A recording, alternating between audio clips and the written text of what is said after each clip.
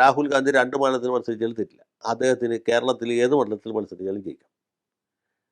അദ്ദേഹത്തിന് ഈ സംവരണ മണ്ഡലങ്ങളായ മാവേലിക്കരയിലും അതുപോലെ ആലത്തൂരും ഒഴിച്ച് ഏത് മണ്ഡലത്തിൽ മത്സരിക്കാനും തടസ്സമില്ല. ഏത് മണ്ഡലത്തിൽ മത്സരിച്ചാലും പുള്ളി ജയിക്കുകയും ചെയ്യും. പക്ഷേ അദ്ദേഹത്തിന് എന്തുകൊണ്ടാണെന്നറിയില്ല. അദ്ദേഹത്തിന് എറണാകുളത്ത് മത്സരിക്കാമായിരുന്നു, ചാലക്കുടിയിൽ മത്സരിക്കാമായിരുന്നു. ഞാൻ പറഞ്ഞു ഇത് രണ്ടും മധ്യ കേരളത്തിലാണ്. മാത്രമല്ല വന്നു പോകാൻ എളുപ്പമുണ്ട്, വിമാനത്താവളമൊക്കെ ഉണ്ട്. തൃശ്ശൂർ മത്സരിക്കാം. പക്ഷേ പുള്ളി എന്ത് കാരണത്താലും വയനാട് മണ്ഡലമാണ് തിരഞ്ഞെടുത്തത്. അത് തന്നെ തന്ത്രപരമായൊരു തെറ്റാണ്. കാരണം വയനാട് മണ്ഡലത്തിൽ ന്യൂനപക്ഷ പ്രാതിനിധ്യം സാന്നിധ്യം വളരെ കൂടുതലാണ്. അവിടെ മുസ്ലിം ലീഗിൻ്റെ സ്വാധീന മേഖലകളുണ്ട്. ഈ മലപ്പുറം ജില്ലയിൽപ്പെട്ട 3 മണ്ഡലങ്ങളുണ്ട്. പിന്നെ വയനാട് ജില്ല, നമ്മുടെ സുൽത്താൻ ബത്തേരി, നമ്മുടെ തിരുവമ്പാടി, ഇങ്ങനെയാണ്. കോഴിക്കോട് ജില്ലയിൽ 1 മണ്ഡലം, വയനാട്ടിലെ 3, മലപ്പുറത്തെ 3.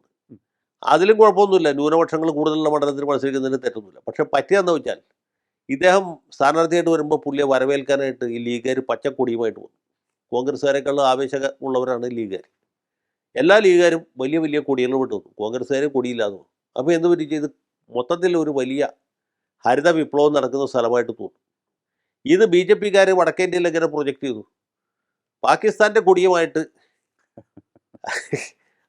ആളുകൾ, ന്യൂനപക്ഷ വിഭാഗക്കാർ രാഹുൽ ഗാന്ധിയെ സ്വീകരിക്കും. ഇതിൻ്റെ ക്ലിപ്പിങ് രാജ്യവ്യാപകമായിട്ട് പ്രചരിപ്പിച്ചു. സത്യം പറഞ്ഞാൽ പാകിസ്ഥാൻ്റെ കൊടിയും ലീഗിൻ്റെ കൊടിയും വ്യത്യസ്തമാണ്. അത് ശ്രദ്ധിച്ചാൽ മനസ്സിലാവും. പാകിസ്ഥാൻ്റെ കൊടിയിൽ അതിൻ്റെ ആദ്യ ഭാഗത്ത് ഇല്ലേ, തുടങ്ങുന്ന ഭാഗത്ത് ഒരു വെള്ള സ്ട്രിപ്പ് ഉണ്ട്. അതെ, അവിടെ നിന്ന് തൊട്ടാണ് പച്ച തുടങ്ങുന്നത്. പിന്നെ പച്ചയിൽ വെള്ള നിറത്തിലാണ് ഈ ചന്ദ്രക്കല എന്ന നക്ഷത്രമുള്ളത്. ലീഗിൻ്റെ കൊടിയിൽ അങ്ങനെയല്ല. ലീഗിൻ്റെ കൊടിയിൽ മറിച്ചാണ്, വെള്ളയില്ല, മുഴുവൻ പച്ചയാണ്. പച്ചയിലാണ് ഇത് ആലേഖനം ചെയ്യുക. പക്ഷേ ഇത് ആളുകൾക്കറിയില്ലല്ലോ. പച്ച ഈസ് ഈക്വൽ ടു പാകിസ്ഥാൻ എന്നാണ് ജനങ്ങൾ, സാധാരണക്കാർ വിചാരിച്ചത്. കേരളത്തിൽ പോലും എത്ര ആൾക്കാർക്ക് ഈ ഡിസ്റ്റിങ്ഷൻ അറിയാമെന്ന് എനിക്കറിയില്ല. പക്ഷേ ഇത് ആ രീതിയിൽ പ്രചരിപ്പിച്ചു. എന്താണ്, പാകിസ്ഥാൻ്റെ കൊടിയുമായിട്ട് ഇയാളെ സ്വീകരിക്കും. അപ്പോൾ കോൺഗ്രസ്സുകാർ വേഗം ചാടി വീണിട്ട് അത് വിശദീകരിച്ചു, ന്യായീകരിച്ചു. ഇത് പാകിസ്ഥാൻ്റെ കൊടിയല്ല, ലീഗിൻ്റെ കൊടിയാണ്. അപ്പോൾ അതിനേക്കാൾ വലിയ പ്രശ്നമായി. കാരണം എന്ന് വെച്ചാൽ ഈ വടക്കേ ഇന്ത്യക്കാർക്ക് നമ്മുടെ കുഞ്ഞാപ്പയുടെ ലീഗിനെ പറ്റി അറിയില്ല. അവരറിയുന്നത് ജിന്നയുടെ ലീഗാണ്. മനസ്സിലായില്ലേ? അപ്പോൾ ഇത് വിപരീത ഫലം ഉണ്ടാക്കി. അദ്ദേഹത്തിന് എവിടെ മത്സരിക്കും. ഞാൻ പറഞ്ഞില്ലേ, നമ്മുടെ ചാലക്കുടിയിൽ മത്സരിച്ചാലും ജയിക്കില്ലേ.